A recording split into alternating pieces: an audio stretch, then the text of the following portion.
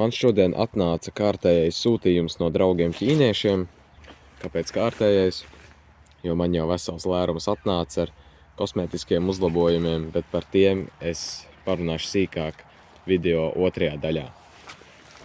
Šitie, kas man atnāca, vismaz vajadzētu būt, ir Haubei pneimatiskie pacēlāji. Tā, lai man nav ar to puļķi tagad jātur gaisā, bet kad es attaisu, tad līdzīgi kā bagāžnieks pats turās vaļā, tāpat arī ir motoru pārsagu.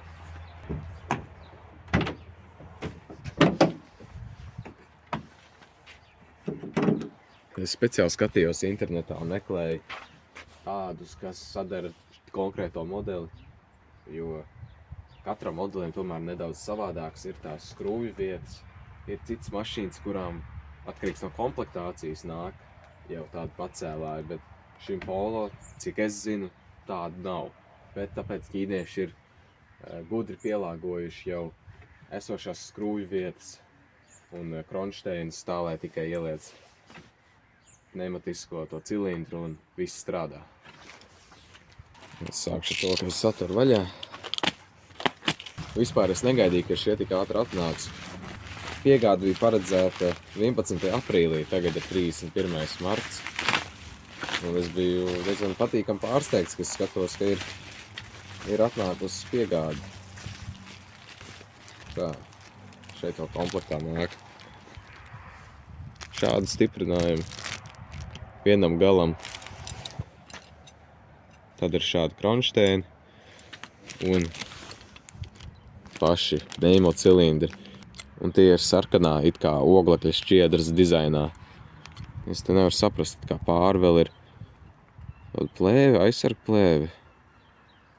Es ceru, ka ja šito noņem, tad man nenonāk viss tā krāsa nost, bet šitas kaut kā neizstās profesionāli, izstās, ka te izstās vienkārši tā prasta nogriezts, ietīts tā kā drošībai.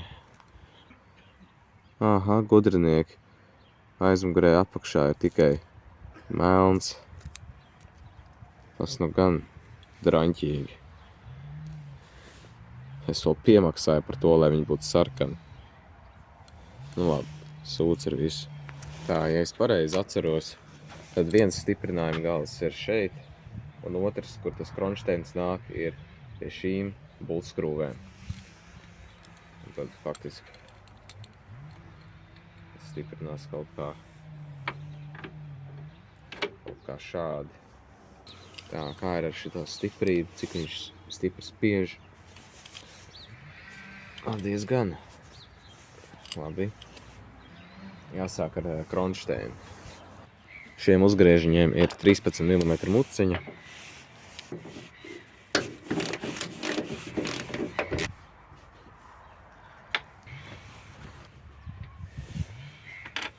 Ok.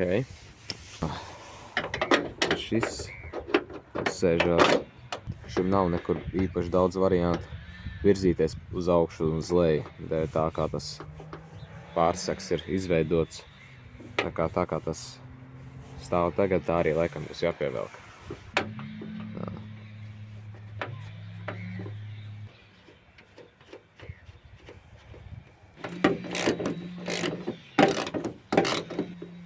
Es pavisam cieši vēl arī uzreiz nepievilkšu. Ja es pareizi saprotu, šie stiprinājumi aizvieto šo bultskrūvu, kas tur spārnu vietā. Nu, ar vienu no skrūvēm, kas tur spārnu vietā.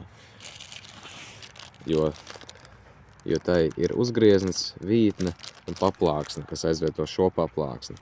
Es sākumā domāju, ka tas stiprinās pie šī atvēruma, bet tur ir tāda riebīga kanta otrā pusē un grūtāk piekļūt. Un arī tāpēc, ka apakšā jau ir uzgrieznis, komplektā uzgriežņi nenāk, tad jāizmanto tas pats. Redziet, apakšā ir tāds kantains uzgrieznis. Tā sanāk 10. muciņa. Cenšaties nepazaudēt apakšējo paplāksni, bet to uzgriezni. Tā skrūva iznāk ārā. Iespējams, ka tā arī ir iemetināta jau tur iekšā. Tā kā nemaz nozust nevar. Visticamāk. Ja citādi tā arī grieztos uz riņķi, tad mēģināt ieskrūvēt. Ok, tā vietā mēs ņemam komplektā pasniegtos elementus.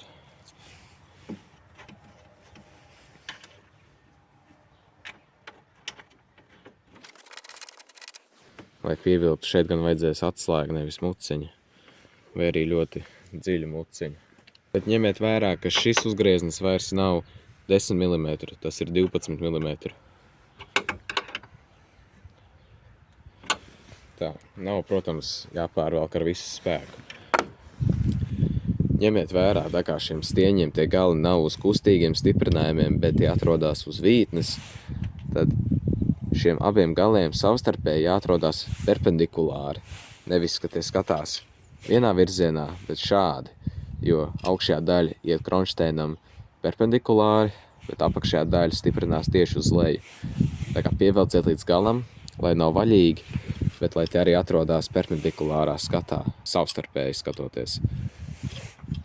Ja to vispār varēs saprast.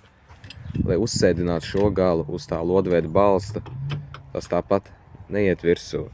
Tāpēc ir ar kaut ko plānu jāpaceļ šī metāla skava. Jā, tā faktiski jādabū laukā no tās nišas. Un tikai tad to var dabūt virsū un uzspiest to skavu atpakaļ. Lūk tā. Un tagad tas stāv ritīgi kārtīgi klāt. Un tagad augšējais gals.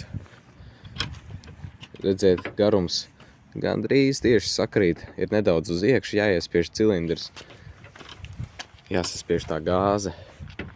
Rēķinieties, ka attiecīgi haube būs pacelta māķenīt tālāk nekā tagad. Sakrā ar to, ka šis cilindrs izstiepjās tālāk uz āru. Jā, redziet, ir jāpagriež uz riņķi, tā lai sakrīt, jāatskrūvē šis uzgrieznis vaļā, un tas jāievieto šai urbumā.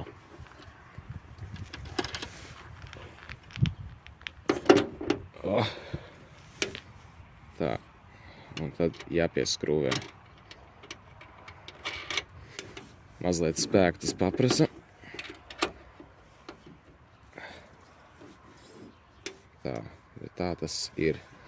Tā, šo oriģinālo stiprinājumu kājas tagad atlikšu atpakaļ vietā, lai ļautu tiem cilindriem izpasties līdz galam. Tā, tagad tas ir vietā un var brīvi pieregulēt, hauba nespiež pretī. Tagad, kad es redzu, ka viss ir vietā, kur tam jābūt, es pievilkšu visus skrūvus līdz galam. Tātad divas kronšteinam, viena ir zem šī lodveida balsta, un viena ir šis stiprinājums uzgrieznis galā.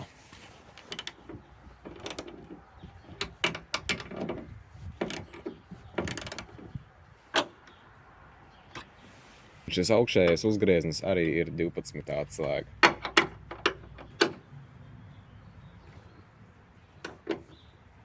Atkal nav šausmīgi cieši jāpievēl, galvenais, ka ir stingri, bet būtiskāk ir nepāraut kaut kādu vītni. Te ar provizorisku skatienu es varu jau redzēt, ka šis gumijas bleķis būs droši vien priekšā.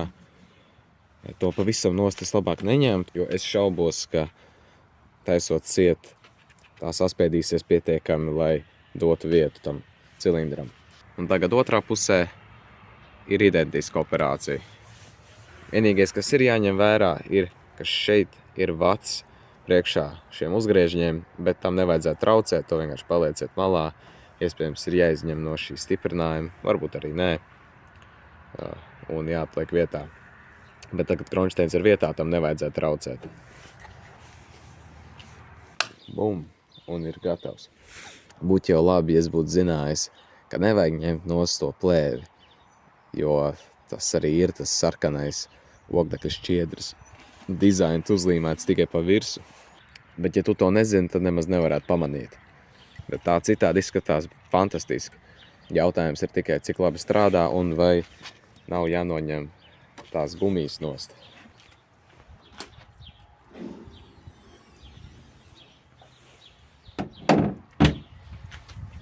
Izrādās tās gumijas netraucē. Un atverot.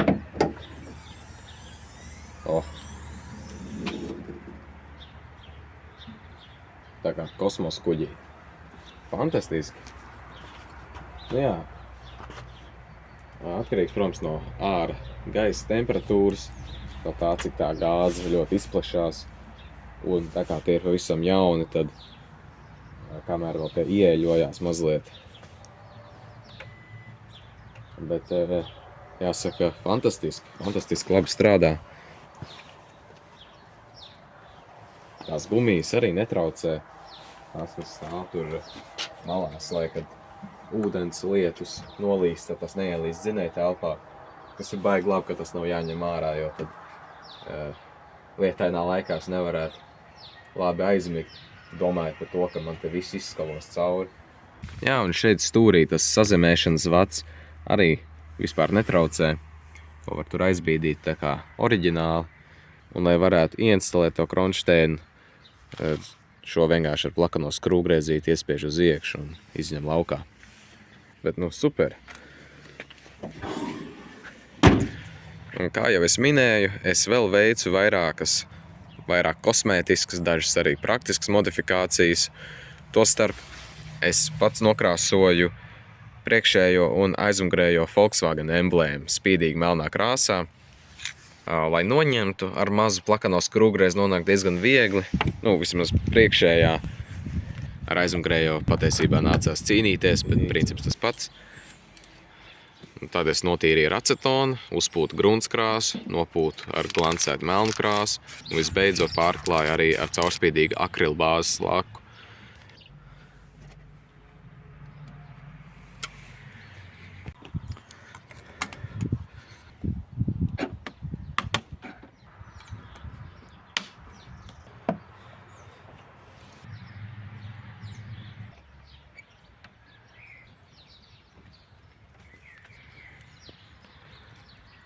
Iespējams, gan nākotnē, ka es nopirkšu un uzlikšu jau gatavas emblēmas, varbūt pat arī pelēkā oglekļa šķiedras stilā. Nu, nezinu, redzēs. Un, kad to bija izdarījis, uzreiz pēc tam arī noņēmu pakaļējās emblēmas, kur bija rakstīts Polo, TSI un Blue Motion. Kā to dari pavisam vienkārši, iemērcē zobdiegu trauku mazgāšanas līdzeklī un tad pa vienam burtam it kā nozāģē nost. Diezgan viegli aizgāja.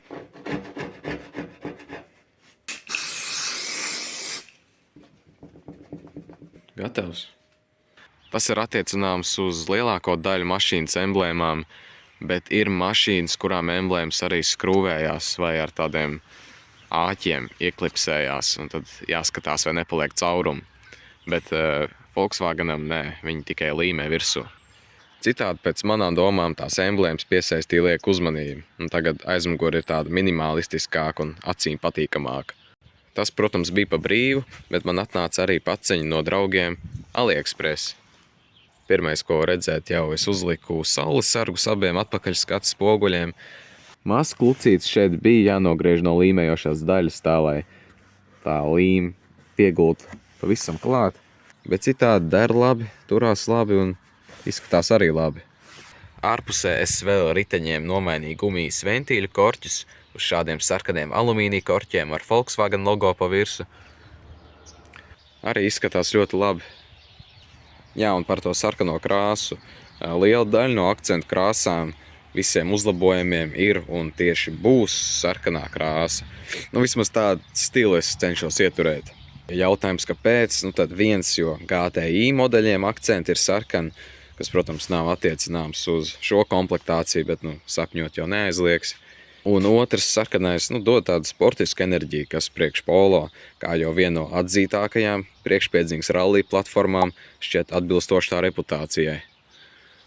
Tālāk jau iekšā modifikācijas. Es uzliku jaunu stūres pārvalku. Šis, atšķirībā no iepriekšējā pārvalka, kas man bija, ir tieši pielāgots D-formas stūrei. Izskatās labi un saķera arī ļoti laba, bet tad, kad vajag, lai pēc līkuma izņemšanas stūra atgrieztos uz centru, tas arī slīd ļoti labi rokās un nav tā, ka plaukst pielīp klāt un tad stūra raustās. tad aiz muguras gan šoferi, gan pasažieru sēdeklim. Galvas atbalsta pārsegi ar Volkswagen marķējumu. Aizmugurē vēl ir tāda kā kabata, lai gan īpaši noderīga tā nav, jo atkarīgs no tā, kāds ir šis sēdekļa galvas atbalsts, tā forma un izmērs, tad tas pārvalks ir kā skaitās universāls. Bet šajā gadījumā, lai tas logo sakrist virzienā uz priekšu, tā kabata noslīd uz leju. Bet toties no priekšas neizskatās slikti. Vēl es ieinstalēju jaunas salona gaismas spuldzus. Oriģināli tās ir kvēls spuldzus, bet tagad tās ir LED. Ķīniešiem piedāvājumā bija balta, zila un rozā krāsa. Es paņēmu rozā. Tāpat vien arī priekšā. Manuprāt, tās arī naktī stilīgi atspīd salonā, bet neizskatās slikti. Un no praktiskā viedokļa tās izstaro diezgan labu gaismas daudzumu un salīdzinot ar oriģinālajām kvēlspuldzēm, tāpat tās spilgtums ir lielāks un kaut ko saskatīt, salasīt var ļoti labi. Visticamāk nākotnē es nopirkšu baltas LED spuldzes un nomainīšu visur salonā. Lai gan godīgi sakot, es neatceros pēdējo reizi, kas esmu izmantojis šīs salona gaismas. Tāpēc, lai tās paliek šādā stilā varbūt uz kādu laiku. Komplektā ķīnieši iedeva spuldzes katrai apgaismas ierīcei salona iekšpusē, bet šeit zem spogulīšiem un kur stāv kājas, es nenomainīju. Tās palika tās pašas. Šeit būtu droši vien visizdevīgāk likt baltās LED spuldzes. Bet ja es kādreiz izdomāšu ielikt baltās spuldzes, tad es arī uztaisīšu video par to, kā tās nomainīt, jo tas ir diezgan praktisks uzlabojums ikvienai mašīnai. Ļoti iespējams, ka kādam der zināt, kā to izdarīt. Un pēdējais, kas atnāca sūtījumā no šķībacainiem draugiem, bija šis video reģistrators. Te ir 3 kameras, viena uz priekšu, viena uz atpakaļ un viena, kas ir virzienā uz salonu. Lai gan jāsaka, tā salona virziena kamera ir diezgan bezjēdzīga, jo tās kameras leņķis ir samērā šaurs. Priekšā un aizmugurē gan tas ir pietiekams. Pietiek, lai uzķertu gan to, kā beha ielido pakaļā, gan to, ja kāds uz ceļa priekšā ālējās. To visu var saglabāt un apskatīt tūplānā. Atpakaļ skata kameras vadu es izvilku caur griestiem, vai vismaz daļēji, izņemot šīs gaismiņas ārā, un tad ar puļķi izbakstot cauri šim griestu pārvalkam pavadīto vadu. Gandrīz līdz beigām. Sanāca arī izveidot pāris caurums šeit un aizmugurē. Citādi nesanāca, un es tiešām mēģināju, lai šis vads līdz pašām beigām paliek neredzams, bet ir ok. Te galā vienkārši tas jumta salaidums ir par ciešu un līkumainu, lai izvilktu vadu. Un te tas caurums ir tāpēc, ka, ja liek gar šo gaismas korpusu, tad tas nepieguļ pēc tam atpakaļ līdz galam iekšā. Un šeit aizmugurē arī izveidoja urbumu un piestiprināja kameru. Un komplektā nāca pat 32 GB atmiņas karte. Varēja dabūt vēl lielāku par mazu piemaksu, bet tā kā video ierakstu kvalitāte ir 1080 pikseļi, tikpat kā šis video, ko skaties, un nesaglabātie ieraksti automātiski tiek dzēsti, atmiņai nevajadzētu pietrūkt. Tā kā tā. Es par visiem šiem tikko minētajiem draņķiem arī visu bija sīki smalki safilmējis, bet montējot es sapratu, ka atsevišķi ņemot šo produktu atkastēšanu nebija tik interesanti, lai publicētu pilnu video, tāpēc es to vienkārši iekļauju šeit. Šī video aprakstā tiks arī pievienots hipersaites uz produktiem, kurus pat izklāstīju, ja gadījumā tu arī vēlies sev šos figūrus mašīnā.